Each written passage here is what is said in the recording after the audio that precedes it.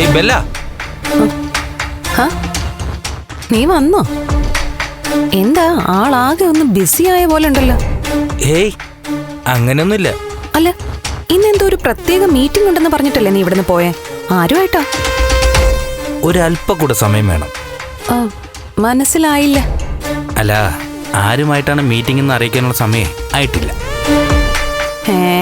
അതെന്ത് മീറ്റിംഗ് അപ്പം? ആ, അങ്ങനെയൊക്കെ ഉണ്ട്. എന്താ മോനെ, ഒരു ചുറ്റിക്കളിയുടെ ലക്ഷണമൊക്കെ ഉണ്ടല്ലോ. ഒരു പ്രേമപ്പനിയുടെ ചൂടുണ്ടോ തലയ്ക്ക്?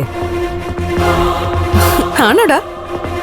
അങ്ങനെ ചോദിച്ചാ അങ്ങനൊന്നും ഇല്ല. അപ്പൊ അത് തന്നെ. എന്റെ കർത്താവേ, ഏതെങ്കിലും ഒരുത്തി കയറി പ്രേമിച്ചെങ്കിലും ഇവന്റെ കല്യാണം ഒന്ന് നടക്കണേന്ന് ഞാൻ എപ്പോഴും പ്രാർത്ഥിക്കാറുള്ളതല്ലേ. ഇവനെ ഒന്ന് പ്രോത്സാഹിപ്പിച്ച് എങ്ങനെയെങ്കിലും രക്ഷപ്പെടുത്തണേ. ആളാരാ? വരട്ടെ.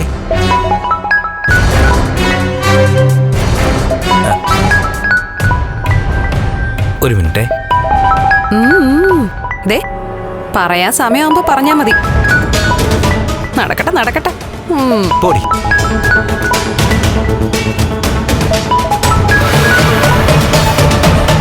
ഹലോ. ഭയങ്കര ബിസിയാണെന്ന് തോന്നുന്നല്ലോ.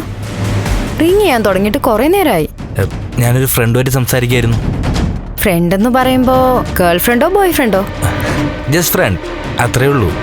പണ്ട് കോളേജ് വെച്ചിട്ടുള്ള പരിചയമാ. Okay okay. ഫ്രണ്ടിന്റെ പേരെന്താ? വെറുതെ ഒന്ന് അറിയാനാ. വേണ്ട, എന്നോട് പറയാൻ മടിയാണെങ്കിൽ വേണ്ട, ഞാൻ ചോദിച്ചിട്ടില്ല. തന്നോട് പറയാൻ മടിയോ? എനിക്ക് എന്തും തുറന്നു പറയാൻ ഈ ലോകത്ത് ആരെങ്കിലും ഉണ്ടെങ്കിൽ അത് താനാ. തള്ളുമ്പോ കുറച്ചൊരു മയത്തിലൊക്കെ തള്ളാൻ ശ്രമിച്ചാ കൊള്ളാം. വേണ്ട, തനിക്ക് ഞാൻ പറയുന്ന വിശ്വാസമില്ലല്ലേ? ഏയ്, ഞാൻ വെറുതെ പറഞ്ഞതാ.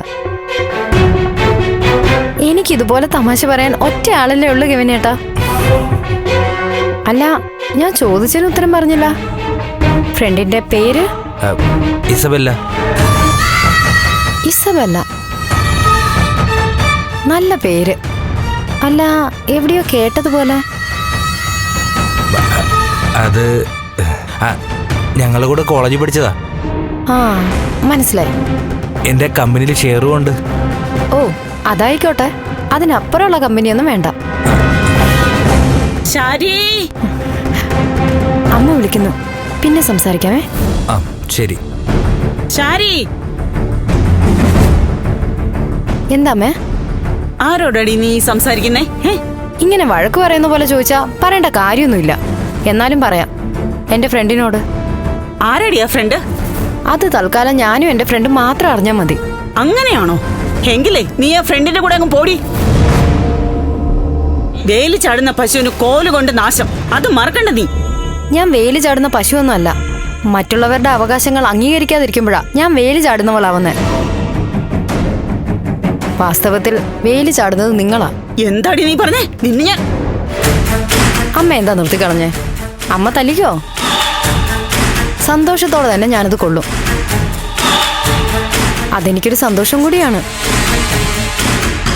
അതിനമ്മയ്ക്ക് വേണമെങ്കിൽ അധികാരം ഉണ്ടെന്നും പറയാം. പക്ഷെ എന്റെ ഇഷ്ടങ്ങളെ തൊട്ട് കളിക്കാൻ ഞാൻ ആരെ അനുവദിക്കില്ല.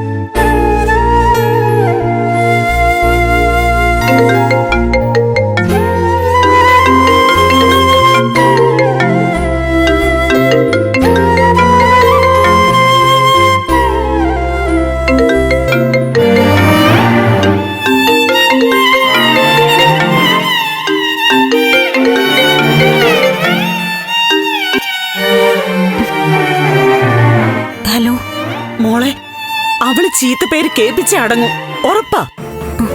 എന്താ അമ്മേ? നമ്മൾ പറഞ്ഞതും ഉപദേശിച്ചൊന്നും അവളുടെ തലയിൽ കയറിയിട്ടില്ല. ധിക്കാരി. ഇപ്പൊ എന്താ ഉണ്ടായേ? ഈ രാത്രിയിലും അവൾ ആർക്കോ ഫോൺ ചെയ്തോണ്ട് നടക്ക. എന്നെ കണ്ടപ്പോ നിർത്തിക്കളഞ്ഞു. അമ്മ ബഹളം ഉണ്ടാക്കാതെ അവളോട് ചോദിക്കാൻ വേണ്ട. ഞാൻ നാളെ വരാമേ. ഈ തിരക്കിനിടയിൽ നിന്നെ ബുദ്ധിമുട്ടിക്കുന്നതിൽ വിഷമമുണ്ട്. ഞാനിതൊക്കെ മറ്റാരോടാ പറയേണ്ടത്? എല്ലാം ശരിയാവും അമ്മേ. ഇങ്ങനെ ഓരോന്ന് പറഞ്ഞ് മോളുടെ സന്തോഷം സമാധാനം കളയെന്ന് കരുതല്ലേടി. ഇവളിത് എന്ത് ഭാവിച്ചിട്ടാ നിൽക്കുന്നത്? എന്തെങ്കിലും സംഭവിച്ച നിന്നെ അത് ബാധിക്കുന്നത്. MLA അനിയത്തി ഇങ്ങനെ ചെയ്തു അങ്ങനെ ചെയ്തു എന്നൊക്കെ ആൾക്കാർ പറയാൻ പോകുന്നത്. ആൾക്കാരെന്തോ പറയട്ടമ്മേ, അതൊക്കെ നോക്കി ജീവിക്കാൻ പറ്റില്ല. നീ എന്താ ഇപ്പൊ ഇങ്ങനെ പറയുന്നേ? നിനക്കിത് എന്ത് പറ്റി മോളെ? എനിക്കൊന്നുമില്ലമ്മേ. എന്താ മോളെ നിനക്കൊരു തളർച്ച പോലെ? ശാരിയെ കുറിച്ച് പരാതി പറഞ്ഞതിന്റെ ബുദ്ധിമുട്ടാണോ? അതൊന്നും അല്ലമ്മേ, ഒന്നുമില്ല. ഇന്നും കുറെ മീറ്റിങ്ങുകൾ ഉണ്ടായിരുന്നു, അതിന്റെയൊക്കെ ആവും. അമ്മയും അച്ഛനും സമാധാനായിട്ടിരിക്കെ, ഞാൻ വരാം. അല്ല അത്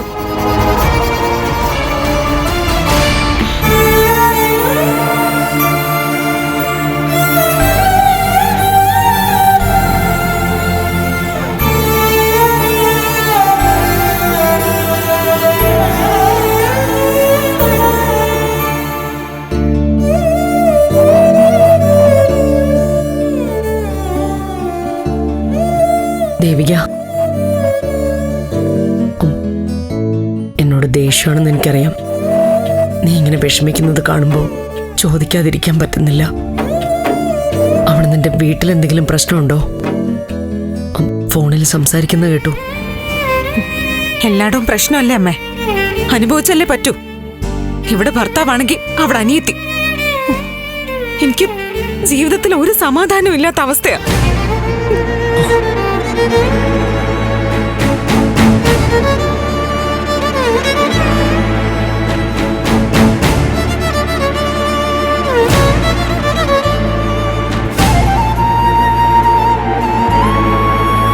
ശാരിക എന്തു പറയുന്നു? അവക്കെന്താ പറഞ്ഞുകൂടാത്തെ? അമ്മ അവിടുത്തെ കാര്യങ്ങൾ വിളിച്ചു പറയുമ്പോ എനിക്കൊന്നിനും മറുപടി പറയാൻ പറ്റുന്നില്ല. എന്റെ മനസ്സ് മുഴുവനും ആ ഫയലിൽ കുടുങ്ങിക്കിടക്കുക.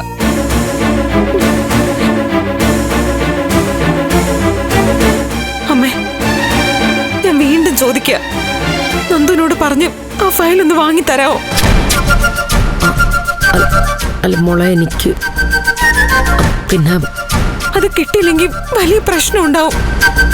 മോളെ, വേണ്ട, അമ്മ പ്രയാസപ്പെട്ട കള്ളൊന്നും പറയണ്ട.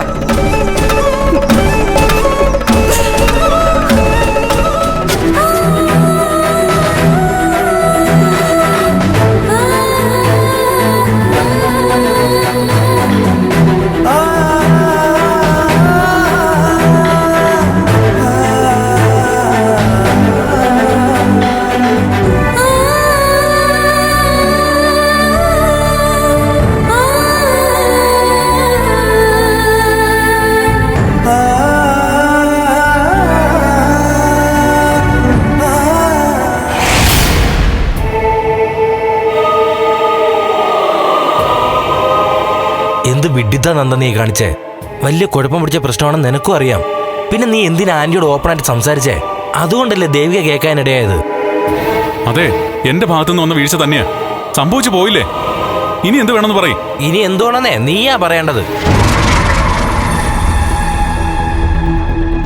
എല്ലാം അമ്മയുമായിട്ട് ഫയലിനെ കുറിച്ച് സംസാരിച്ചുകൊണ്ടിരുന്നപ്പോ ഞാൻ അറിയാതെ പറഞ്ഞുപോയി.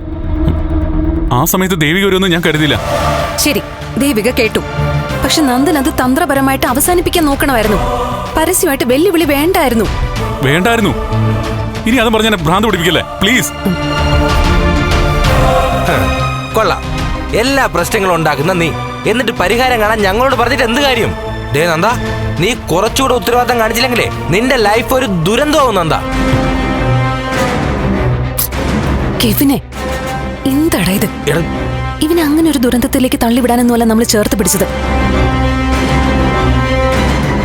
നന്ദ പോട്ടെ.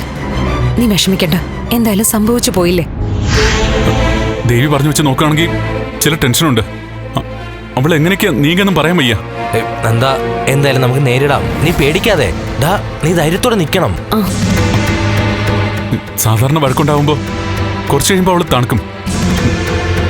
ഇത് പക്ഷെ അവള് ചില തീരുമാനങ്ങൾ എടുത്ത പോലെ ഉറച്ചു നിൽക്കുക. വരട്ടെ, അവൾ എങ്ങനെ പോയാലും അതിന് മുന്നേ പറക്കണം നമുക്ക്. എനിക്ക് വയ്യ. ഞാൻ എങ്ങോട്ടെങ്കിലും പോയാലെന്ന് ആലോചിക്കാം. മനസ്സിന് സമാധാനം കിട്ടുന്ന എങ്ങോട്ടെങ്കിലും പോയേ പറ്റൂ. ഡ്രസ്സൊക്കെ എടുത്താൽ ഞാൻ വീട്ടിൽ നിന്ന് ഇറങ്ങിയത്. അത് കറക്റ്റായി. നാളെ നമുക്ക് എവിടെയെങ്കിലും ട്രിപ്പ് പോവാം അല്ലേ കെവിനെ? അല്ല, എനിക്ക് കുറച്ച് പരിപാടികളുണ്ടേ. ഓ, അതെനിക്ക് മനസ്സിലായി. നീ നിന്റെ വഴിക്ക് പോ. എന്തായാലും ഞാൻ ഇന്നതിന് എവിടേക്കെങ്കിലും പോവും. നീ പേടിക്കും പോലൊന്നും ദേവിയുടെ ഭാഗത്തൊന്നും ഉണ്ടാവില്ല. നീ സമാധാനമായിട്ടിരിക്കേ. കെവിനെ, നമുക്ക് കഴിക്കാൻ എന്തെങ്കിലും വാങ്ങിയിട്ട് വരാം.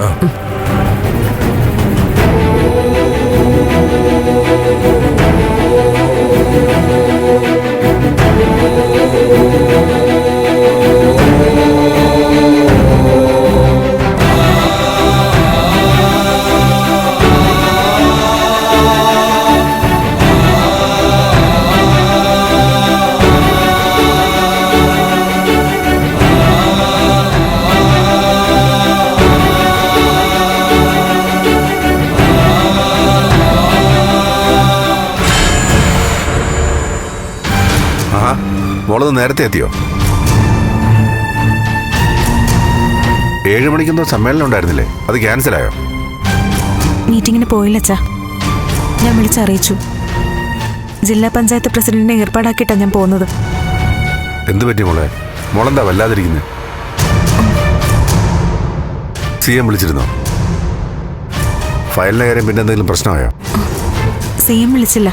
പക്ഷേ ഫയലിന്റെ കാര്യത്തിൽ ചില പ്രശ്നങ്ങളൊക്കെ ഉണ്ടായി. എന്താ? മോഷ്ടിച്ചത് ആരാണെന്ന് ഏകദേശം പിടികിട്ടി. ആരാ മോളെ ഫയൽ മോഷ്ടിച്ചത്? PDF-കാരോ നമ്മുടെ ശത്രുക്കളോ മറ്റോ ആണോ ഇതിനു പിന്നിൽ? അല്ലച്ചാ, രാഷ്ട്രീയക്കാരൊന്നും അല്ല. കള്ളൻ കപ്പലിൽ തന്നെ ഉണ്ടെന്ന് പറയുന്ന പോലെയാ കാര്യങ്ങള്. തെളിച്ച് പറ മോളെ. അമ്മയ്ക്കറിയാം.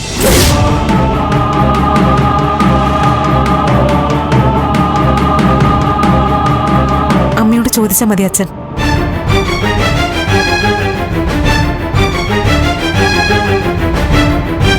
ആരാ പ്രഭ ഇങ്ങനൊരു ചതി ചെയ്തത്?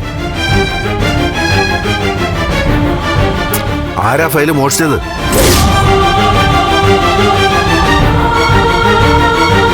നഷ്ടപ്പെട്ട ഫയലിന്റെ കാര്യം തനിക്കറിയാവോ? ചോദിച്ചത് കേട്ടില്ലേ? ആരെങ്കിലും ഒന്ന് പറ.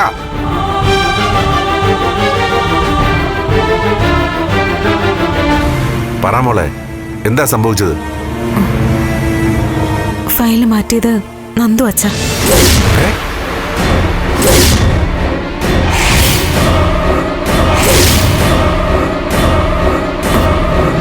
അമ്മയ്ക്കും അതറിയാം.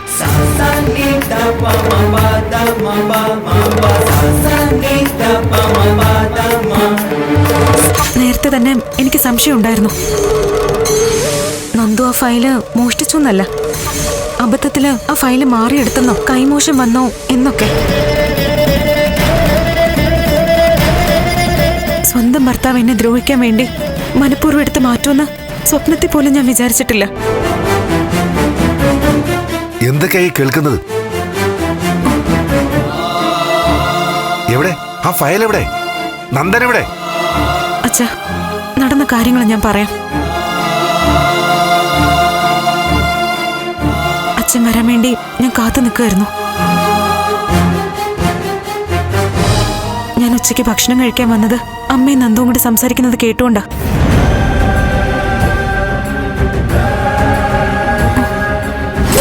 ദേവി ഇക്കാര്യം അറിയരുത്. ആ ഫയലിന്റെ കാര്യം അമ്മ അങ്ങ് മറന്നേക്ക്. ഞാനതെടുത്ത് മാറ്റിയെന്നുള്ളത് ഞാനും മറക്കാൻ ശ്രമിക്കുക. ഞാൻ ബഹളം ഉണ്ടാക്കി, വഴക്ക് കൂടി. അപ്പോ നന്ദു പ്ലേറ്റ് മാറ്റി.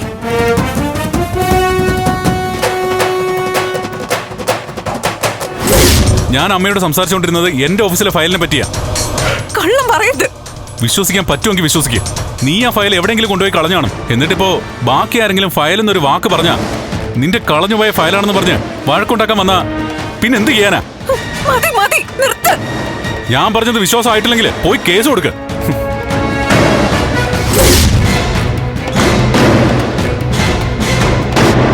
അച്ഛൻ ഇടപെട്ട് ആ ഫയൽ ഒന്ന് വാങ്ങിത്തരണം. അല്ലെങ്കിൽ എനിക്ക് മുന്നിൽ ഒരു വഴിയേ ഉള്ളൂ. നന്ദു തന്നെ എന്നോട് പറഞ്ഞ മാർഗം കേസ് കൊടുക്കണം. പോലീസിൽ പരാതിപ്പെടേണ്ടി വരും.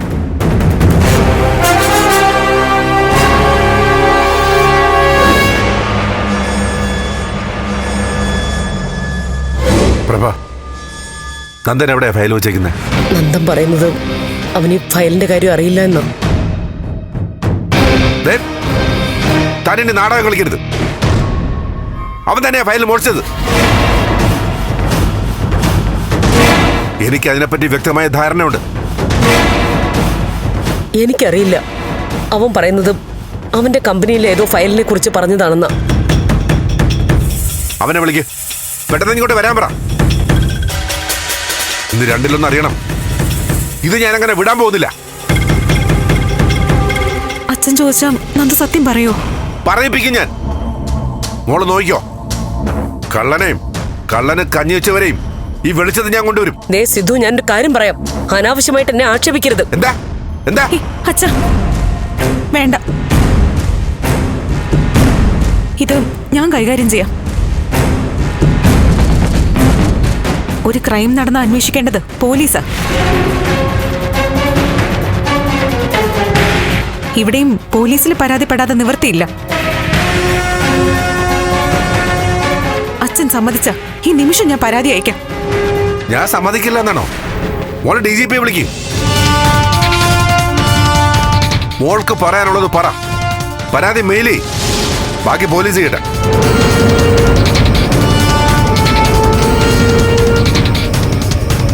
പ്രഭ, പോലീസ് ഏറ്റെടുത്ത പിന്നെ വിഷയത്തിന്റെ സ്വഭാവം മാറും. കാര്യങ്ങൾ കൈവിട്ടു പോവും. പോലീസ് അന്വേഷിക്കണോ? താൻ പറ. പോലീസോ പട്ടാളോ എന്താണെങ്കിലും വരട്ടെ, എനിക്കെന്താ?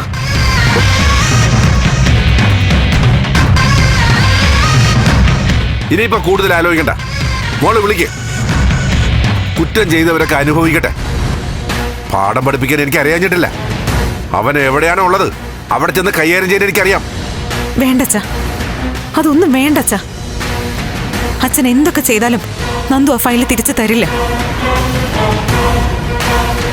ഇത്രയും വലിയൊരു ക്രിമിനൽ കുറ്റം ചെയ്തിട്ട് അതിന്റെ കുറ്റബോധം പോലുമില്ല. സ്വന്തം ഭാര്യയോടായി ചതി ചെയ്തെന്ന് ഓർക്കണം. മോള് മറ്റൊന്നും ആലോചിക്കണ്ട. പോലീസിനെ വിളിച്ച് കാര്യം പറ.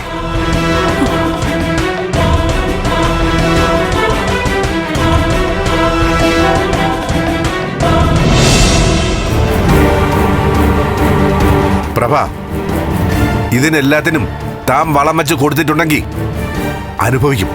അത്ര ഞാൻ പറയുന്നുള്ളൂ. സിദ്ധു,